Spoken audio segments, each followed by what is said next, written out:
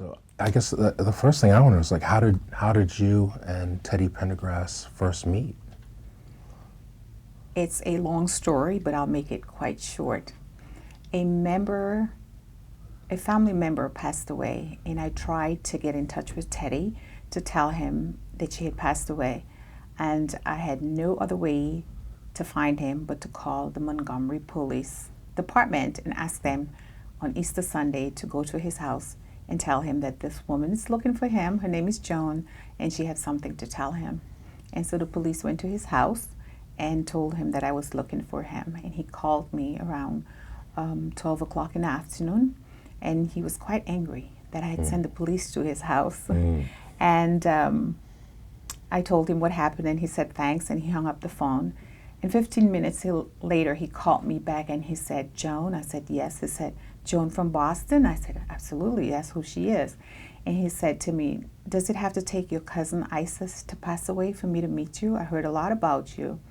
And he hung up the phone, and he called me back again. And he said, the person who you have the nerve to send the police to my house, I would really love to meet you, because that takes a lot of nerve. And so a couple weeks later, I was on my way to California to work, and he said, do you mind stopping in and see me so I could meet you? Prior to that, I had sent him a photo of myself, and it was not a very flattering photo. So when I walked into the house, I rang the doorbell, and I heard the wheelchair coming, and the nurse opened the door. And he looked at me and he said, oh my God, your picture do you no justice. You're so beautiful. And I said to him, oh my God, you're so handsome. What beautiful white teeth you have. And I walked over to him and I gave him this big hug and this big kiss. And at the time, he was very frail. He had surgery for throat cancer. So he was being fed by a tube. And he was very dark and very, very frail. And we started talking, and one thing led to another. And the following week, we was talking on the phone back and forth. And the following Saturday morning, he called me and he said, I'm not feeling well. Do you mind asking the girls to drive you down to Philadelphia? And I said, are you kidding? He said, yeah, ask them. And at the same time, my youngest daughter was upstairs and heard me talking on the phone. And throughout that week, Teddy and I had been talking, and I had been laughing so loud. And my daughter says, oh, Mommy, I haven't seen you laugh like this in a long time. Wow. We were just talking throughout that week as if we had known each other. So when he called me, and then my daughter came down, and she says, Mommy, do you really want to go? And I said, yes. How am I going to go? She said, Mommy, can you get ready and be at the airport within an hour and a half? And I said, sure. So I ran upstairs. I took a pair of jeans. I put it on. I took a shirt, put it in the bag, put my meds, and I was on the plane. I didn't call him and tell him I was able to make it or not. All I did by 12 o'clock that day, that Saturday, I was ringing his doorbell. Wow. And when they told him it was me, he came to the door, he just stayed stunned with his mouth wide open. He was like, what? He says, oh my God, I'm not letting you go anywhere. Wow. He said, for you to be here. And I walked in the house, and I made went to the supermarket, made some soup, and I told him, I'm going to nurture you back to good health. And we just started a relationship that way. Wow. Wow. So, quite... I mean, if you haven't guessed already, we're sitting here with Joan Pendergrass, who was married to the late Teddy Pendergrass, for how many years before us? We were dating 2 years prior to us getting married, and then almost 2 years married. And then, unfortunately, he was taken away from us and from me. So short. Yeah, no, I hate to use the word widow, because I feel like he's here, he's always here, he's always in the music. And the reason why we're together is because in October in Philadelphia, there's going to be a very special exhibit curated by Joan, along with a film screening that we've curated at the African American Museum. Can you let folks know about it? Well, I want to back up a little bit. Okay, I'm sorry. Yeah. Teddy and my cousin died on Good Friday, and we met on Easter Sunday, so that was really special to him. He always thought that he was looking, and he felt that God took a rib from him made me and placed me in his lap. That's his words. So when I talk about Teddy, it may sound strange to people, but I always talk about him in the presence because I feel like he's all around me every day, protecting me, guiding me, and strengthening me, because that's what he did when he was alive. So I always feel like he's right here with me. So I understand you when you talk about the music, not in the past tense, but in the present tense. The African American Museum, October 28th, is going to be a traveling exhibition, a cocktail event, and a traveling exhibition. About a year plus ago, I did some interviews and said that we were doing this traveling exhibition, partnering up with Philadelphia International Records. What happens now, the Teddy and Joan Pendergrass Foundation is sponsoring the first exhibition and cocktail event. And I'm excited about it. I'm so thrilled about it because we are also unveiling the Teddy and Joan Pendergrass Foundation to the world. And what we are doing, the foundation goal or mission, is to continue the work that Teddy started. Is to help people with spinal cord injury, to give them a normal life, give them the opportunity to be able to sustain themselves through education, housing, etc. Transitioning. As you know, there are about 11,000 people diagnosed every year with spinal cord injury. And in the United States alone, there's over 250,000 people that live with spinal cord injury. And we need to help them, give them the opportunity to be productive member of society. Right. And on the 29th of October, which is the Saturday, we team up with ReelBlack.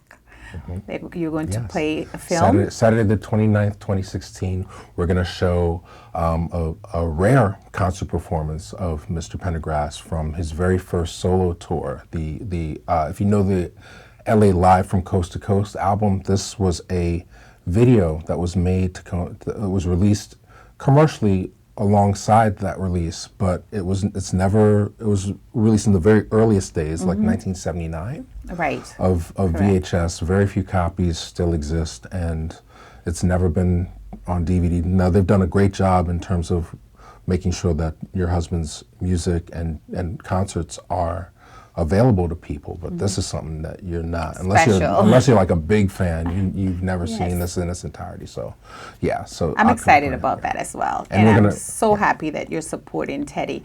And how this month came about is you, Deanna, you got in touch with Deanna, and Deanna gave you my number, and you called me, and it sort of helped us to do what we're doing today. And I really appreciate the fact that you are doing your best to keep my husband's legacy alive.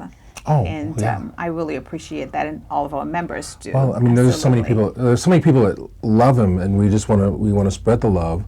So, in addition to the screening afterwards, we're going to have a conversation with people that worked with Teddy in his band or friends or whatever, just to share memories. Because like I say, he's always around. I mean, it's very hard to go a day or a week without hearing one of his songs, especially here in Philadelphia. So. And the Friday night event, it's $100, and it's worth the $100. You're going to see rare items of Teddy, and we are also partnering up with McGee Rehab Hospital. As you know, that's where Teddy got his care from the time of the accident till the day he died. And so we have partnered up with them, and part of the proceeds are going to go to McGee. And our goal at McGee is to be able to eventually build a music room to help quads who have the talent to be able to help them in that way. And that's what we're doing. Yeah, no, I mean, you clearly were brought from heaven sent, like I say. People will. I'm sure there are lots of people around, Teddy when he was up. But I mean, you're there in his most private moments, and I'm sure some painful moments. But I mean, what are some of the memories? I mean, I'm sure many are very private, but what are some things that you remember that come to, like, at this moment? What do you see of Teddy?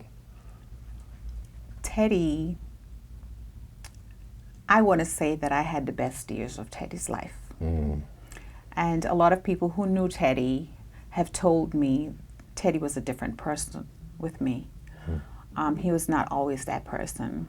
And I remember saying to him one day, I said, honey, that painting on that wall, I don't know if I would have ever fallen in love with that person, but the man in the wheelchair, that's my baby. That's the man I fell in love with. So Teddy was the kind of person who loved to make me laugh.